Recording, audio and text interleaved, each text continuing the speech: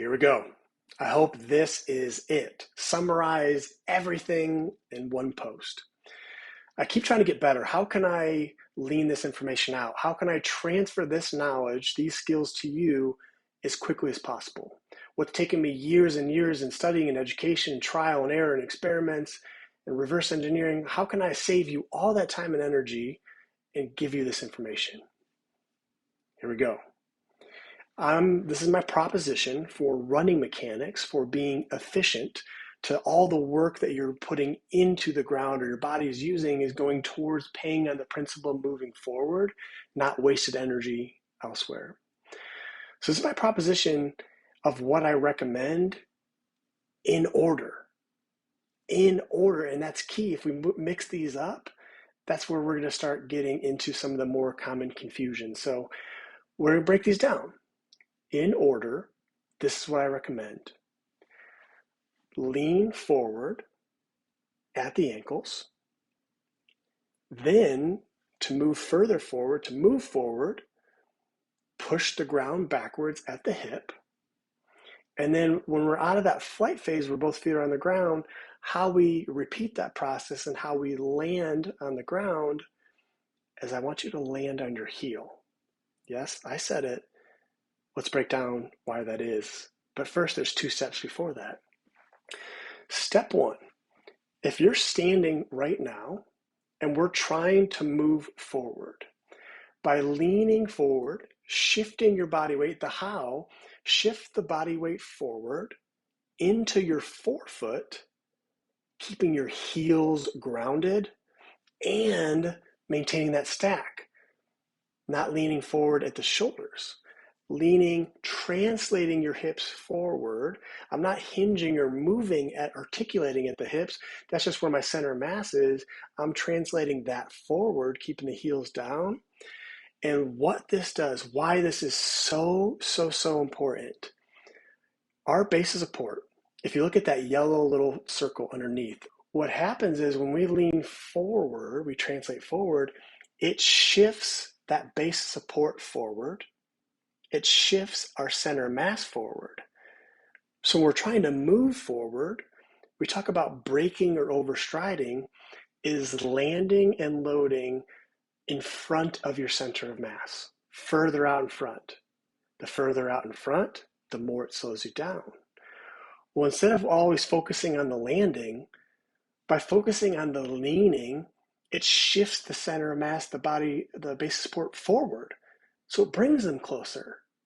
And so the key with that, and this is what we'll come to, is with this leaning, hinging at the ankles, this is going to help promote this gliding and minimize braking. So that's step number 1, is keeping and maintaining this forward lean, hinging at the ankles. Now, how do I translate my body forward? I have a base support if I'm on one foot. How do I go and translate forward and create a new foundation, new base support? So this is step 2. Push the ground backwards at the hip. At the hip muscles movers, hip muscles. How we do this is having patience to allow the body to continue translating forward and then pushing the ground backwards. Every action, equal and opposite reaction. Pushing the ground backwards will result in forward motion, not pushing down through the ground using your calves, using your knees and your quads and going up, but instead pushing the ground backwards to move horizontal.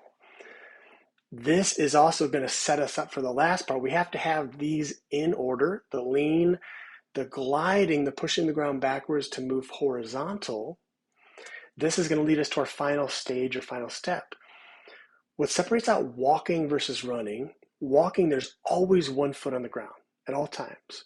With running, there is a period of flight time where both feet are off the ground. But here's the key. The moment the feet both are off the ground, ideally what we should see, what I'm proposing, is that movement when they're off the ground, it's purely horizontal.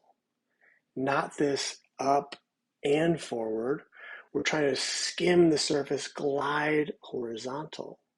So how we do this is setting ourselves up with the lean first, pushing the ground back, and then we're already lower to the ground, we're moving horizontal. We're going to make contact with the ground on the heel, just contact, with the lower leg muscles relaxed. That first part. If we land on the heel or make contact with the heel, we talked before about the greater the distance that you're landing and loading in front of your center of mass or forward, by bringing it closer, it minimizes the slowing.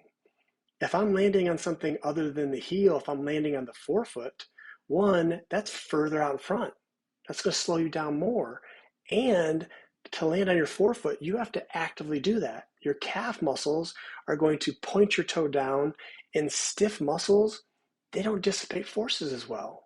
Having a more supple muscle, relaxed muscle, will then allow every action equal and opposite. When your body starts taking that force, the muscles can then start to act eccentrically and cushion and absorb that load. So the key to even get to this point is the leaning and the gliding and then landing on the heel, because what will happen is if you maintain that lean, that's the crucial part. Maintain the lead. Lean keeps the base support forward, and it's going to approximate this landing and our body weight to minimize braking.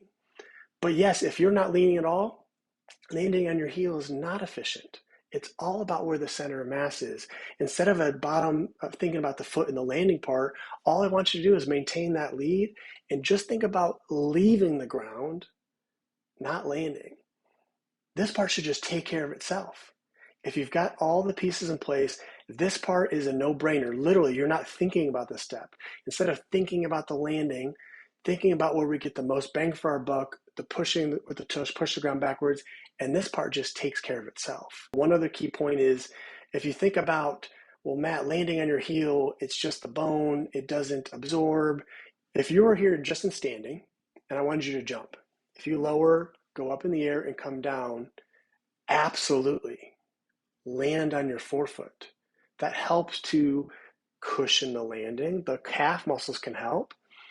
But if you go to take a step forward, if you land on your ball of your foot, what happens? It slows you down. We're trying to not jump with running. That's the key. If you're jumping in any sport, then yes, you want to land on your forefoot. But we're trying not to jump. We're trying to just move horizontal. If you try to walk and land on anything other than your heel, it feels awkward. It slows you down. You're braking. You're going to shorten up your steps so much that you didn't have to take more steps to cover more ground. So that's the key piece, is the heel when we're stepping, when we're landing without jumping.